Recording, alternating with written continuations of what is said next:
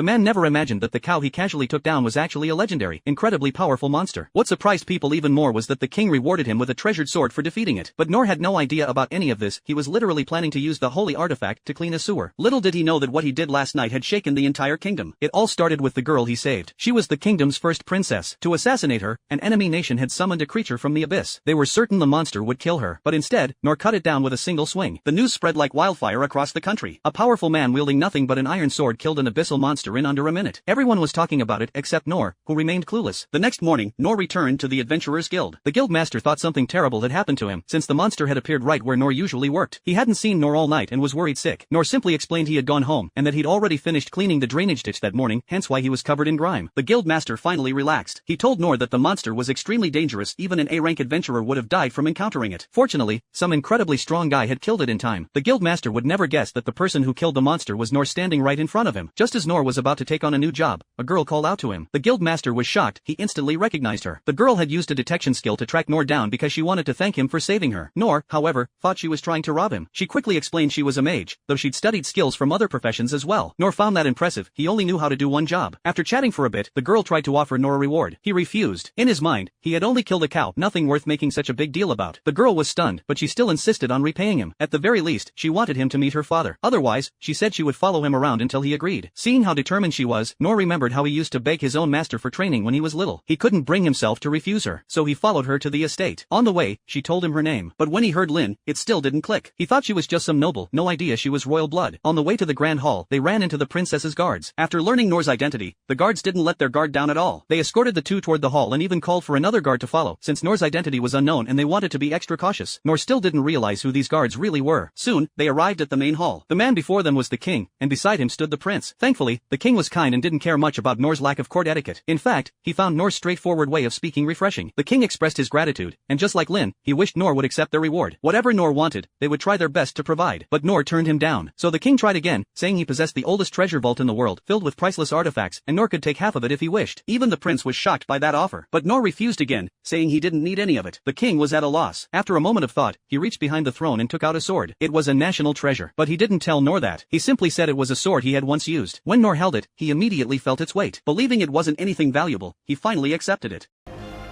ならありがたく受け取ろう。どれ、試しに振ってみてくれんか。おお、身体強化。